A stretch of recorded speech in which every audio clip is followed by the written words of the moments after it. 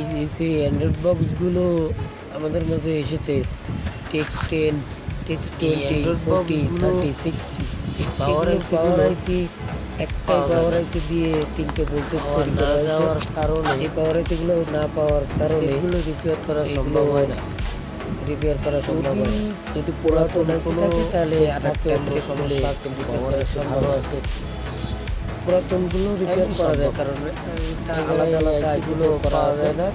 আর এই আইসি থেকে 3টি ভোল্টেজ তৈরি করা হয়েছে। এটা শর্ট হয়ে গেলে 3টি ভোল্টেজ দাম সম্ভব হয় না, এটা তো দেখতে হবে। সবাই ভালো।